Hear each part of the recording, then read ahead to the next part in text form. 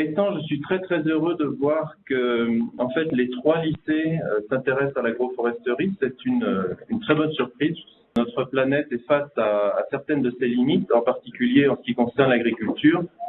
Une des premières limites, c'est la démographie. Vous savez que les démographes hésitent entre un pic à 9 milliards d'êtres humains en 2050 et puis une réduction ou pas de réduction. Donc notre démographie continue à augmenter. La deuxième donnée, c'est que quand on considère les céréales, les rendements sont stables depuis plus de 15 ans maintenant, ce qui n'était jamais arrivé au siècle dernier, et que maintenant on s'accorde même à dire que les rendements sont en train de baisser dans les pays où les techniques les plus avancées sont utilisées. Ça concerne les rendements des grains comme le maïs, le blé, le riz. Les rendements sont en train de diminuer. D'autre part, on a un problème de disponibilité de terres fertiles. On est arrivé à cultiver à peu près l'ensemble des terres qui étaient rentables pour l'agriculture.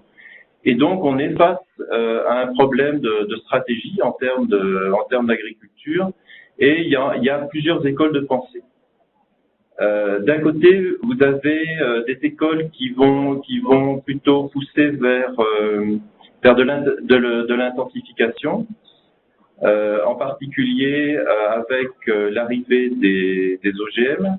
Ça, c'est une des voies qui est proposée.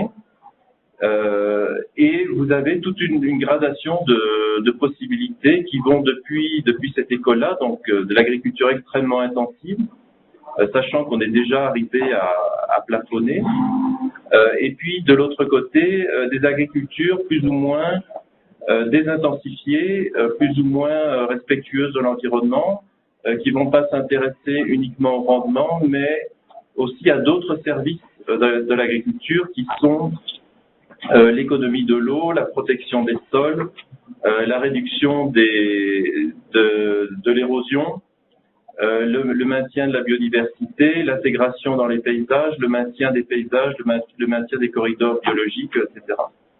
Et donc, il y a toute une offre qui est face à nous, et ce sont les jeunes qui vont décider de l'agriculture de demain. Et dans cette chaîne qui va de l'agriculture extrêmement intensive jusqu'à de l'agriculture agroécologique, dans laquelle on peut classer l'agriculture organique, mais aussi l'agroforesterie, mais aussi les cultures en allée, mais aussi les cultures par rotation avec des légumineuses, etc. Eh bien, l'agroforesterie se place quelque part, le curseur est quelque part par là dans ce groupe d'agriculture agroécologique. Et c'est l'option que nous voulons discuter aujourd'hui. Alors, qu'est-ce que peut proposer l'agriculture, l'agroforesterie aujourd'hui? Eh bien, c'est la réintégration des arbres dans le paysage. Qu'est-ce qui s'est passé en Europe? Eh bien, il y a eu le remembrement, il y a eu la disparition des haies, il y a eu une réduction de la couverture des arbres. Et ça s'est fait dans les zones tempérées essentiellement. Et quand on considère les zones tropicales, en fait, la norme, c'est plutôt l'agroforesterie. Et la monoculture intensive, c'est plutôt quelque chose qui est très récent. Autrement dit, les zones tropicales ont une large et longue expérience sur l'agroforesterie. Et c'est aussi pour ça que nous intéressons beaucoup à ça, non seulement pour travailler dans les régions tropicales, mais également parce que c'est une option de sauvegarde de notre propre agriculture. Et en fait, on peut raisonner non pas seulement en termes de rendement, parce que même s'il est vrai que les rendements ont plutôt tendance à baisser quand on est en agroforesterie, ils peuvent être largement compensés par d'autres services qui permettent en fait d'éviter d'avoir des dépenses trop élevées. En particulier, on peut réduire les apports d'intrants, les apports d'engrais, par exemple. Donc ça, ce sont des coûts en moins. On peut réduire la main-d'œuvre. On peut réduire les coûts à long terme qui sont liés à l'érosion des sols ou à la perte de la matière organique. Et ça, ce sont des services très positifs. Donc, selon les cas, il faut arriver à balancer entre des disservices, c'est-à-dire c'est le contraire d'un service, donc par exemple une réduction modérée du rendement, et des services positives qui viennent contrebalancer ces pertes. Et c'est exactement ce que nous sommes en train d'étudier, c'est dans tel cas de figure, quel est le compromis le plus rentable, mais aussi le plus équitable pour les producteurs qui se présente à nous. Et c'est ceci pour la situation actuelle. Et puis la dernière dimension, c'est qu'on se projette dans le futur et on se pose la question de la durabilité de nos systèmes de culture dans un futur plus chaud. Et aujourd'hui, l'argument, disons que l'hypothèse la plus vraisemblable pour expliquer la stabilisation des rendements des rendements des grains, des céréales, donc dans les pays les plus développés, où les techniques agricoles sont les plus avancées, pourquoi ça s'est stabilisé? Eh bien, l'hypothèse la plus vraisemblable, c'est celle du changement climatique, qui impacte déjà depuis une quinzaine d'années le rendement des cultures.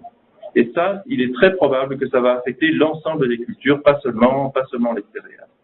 Et donc, on est déjà entré dans une ère de réflexion et de lutte contre les effets négatifs des changements climatiques.